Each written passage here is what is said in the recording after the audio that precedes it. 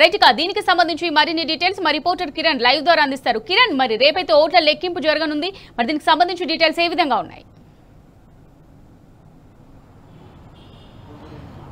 రేపు ఉదయం 8 గంటలకు జూబ్లీహిల్స్ ఉప ఎన్నికల కౌంటింగ్ ప్రారంభం కాబోతోంది. ఇందుకు సంబంధించి పూర్తి స్థాయి ఏర్పాట్లన్నీ కూడా ఎన్నికల అధికారులు చేశారు. ఉదయం 8 గంటలకు కౌంటింగ్ ప్రారంభం కాగానే ఇటు పోస్టల్ బ్యాలెట్ల లెక్కింపు ఉంటుంది. ఆ తర్వాత ఈవీఎంలో ఉన్నటువంటి ఓట్ల లెక్కింపు ప్రారంభమవుతుంది. ప్రస్తుతం కోట్ల విజయభాస్కర్ రెడ్డి స్టేడియంలో మొన్న రాత్రి నుంచి కూడా ఏదైతే బందోబస్తు కొనసాగుతుంది.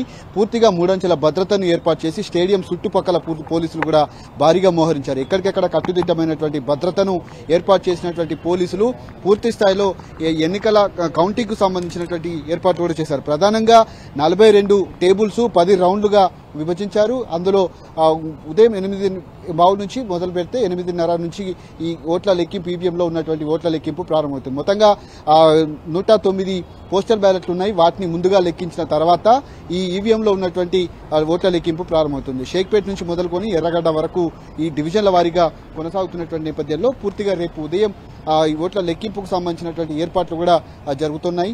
ఇంకా పూర్తి స్థాయిలో ఎక్కడికక్కడ బందోబస్తు కూడా ఇటు కేంద్ర పోలీసులతో పాటు కేంద్ర బలగాలతో పాటు ఉన్నటువంటి వాళ్ళంతా కూడా బందోబస్తు కొనసాగుతున్నటువంటి పరిస్థితులు మనకు కనిపిస్తా ఉన్నాయి.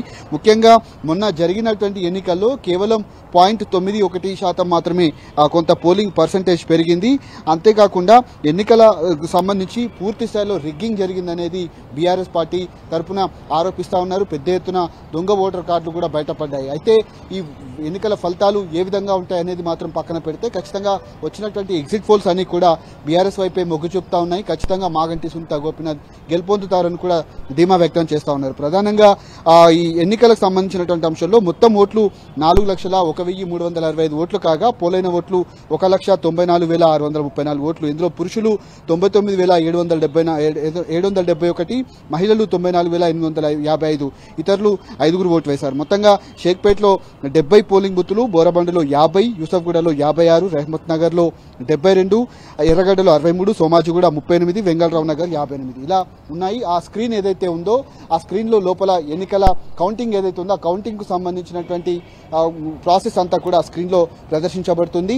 ఒక డిస్ప్లేను కూడా ఇక్కడ రేపు ఉదయం నైట్ కల్లా ఏర్పాటు చేస్తారు. అందులో వచ్చినటువంటి అభ్యర్థులకు సంబంధించినటువంటి పోలైన ఓట్ల వివరాలన్నీ కూడా అందులో ప్రకటించేటువంటి అవకాశం అయితే కనిపిస్తుంది. ఆ స్టేడియం లోపల బందోబస్తు ఏ విధంగా ఉంటుంది మనం ఒకసారి చూపెట్టేటువంటి ప్రయత్నం అయితే చేద్దాం. 3 అంచెల భద్రతను ఏర్పాటు చేసి ఖచ్చితంగా లోపలికి పాసులు ఉన్న వాటిని మాత్రమే అనుమతిస్తున్నారు. ఎక్కడ కూడా చిన్న అవాంఛనీయ ఘటన చోటు చేసుకోకుండా, ఎందుకంటే ఎన్నికల రోజు జరిగినటువంటి గొడవల నేపథ్యంలో పూర్తి స్థాయిలో వాళ్ళంతా కూడా ఖచ్చితంగా ఈ ఫలితాలకు సంబంధించినటువంటి ప్రక్రియలో ఎలాంటి ఇబ్బందులు కలగకుండా ఉండేందుకు తగిన జాగ్రత్తలు కూడా తీసుకుంటున్నారు. అటు సెంట్రల్ పోలీస్తో పాటు ఇటు ఏదైతే స్టేట్ పోలీస్ బందోబస్తు కూడా నిర్వహిస్తా ఉన్నారు. 8 గంటలకు ఈ కౌంటింగ్ ప్రక్రియ ప్రారంభమవుతుంది. అందులో కేవలం 11 గంటలలోపే పూర్తి స్థాయి ఫలితాలు వచ్చేటువంటి అవకాశం ఉంది. ఎందుకంటే గతంలో జరిగిన ఎన్నికల్లో కేవలం 14 టేబుల్స్ మాత్రమే ఉండేది, కానీ ఇప్పుడు మాత్రం 42 టేబుల్స్. ఎందుకంటే సెంట్రల్ ఎలక్షన్ కమిషన్ పర్మిషన్ తీసుకొని ఈసారి ప్రత్యేకంగా తొందరగా ఫలితాలు వెల్లడించే విధంగా వీటిని ఏర్పాటు చేయడం జరిగింది. స్ట్రాంగ్ రూమ్ల వద్ద కేంద్ర బలగాలను మోహరించారు. ఎక్కడ కూడా చిన్న ఇబ్బంది లేకుండా స్టేడియం చుట్టుపక్కల కూడా పోలీసులు భారీగా మోహరించి మాక్ డ్రిల్ కూడా కాసేపటి క్రితమే నిర్వహించి ఎక్కడ డ్యూటీలు వేసిన వారు ఖచ్చితంగా అక్కడే ఉండాలి, గుంపులుగా తిరగొద్దు.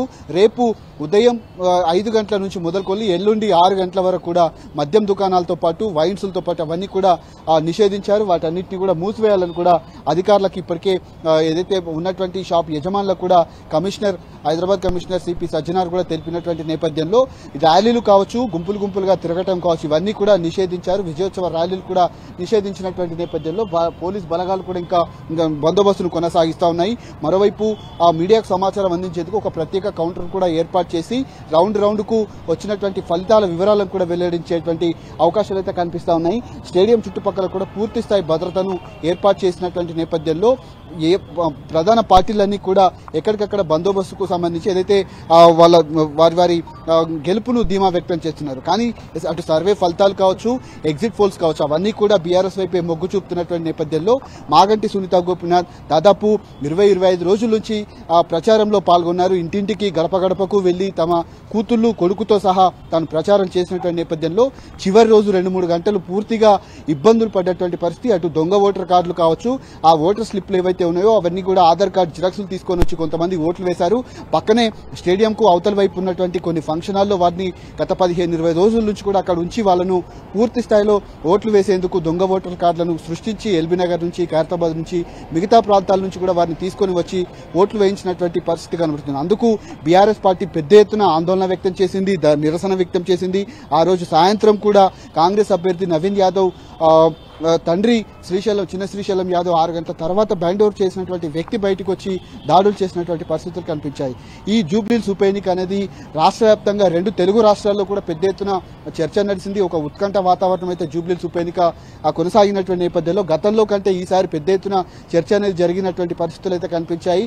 రేపు ఈవీఎంలో ఉన్నటువంటి ఏదైతే అభ్యర్థుల భవితవ్యం తేలిపోనుంది. పూర్తి స్థాయిలో ఏర్పాట్లు కూడా చేసినటువంటి పరిస్థితులు అయితే కనిపిస్తున్నాయి. 11-12 గంటల కల్లా పూర్తి స్థాయి ఫలితాలు వచ్చేటువంటి అవకాశాలు అయితే కనిపిస్తున్నాయి. ఇంకా బందోబస్తు కొనసాగుతుంది.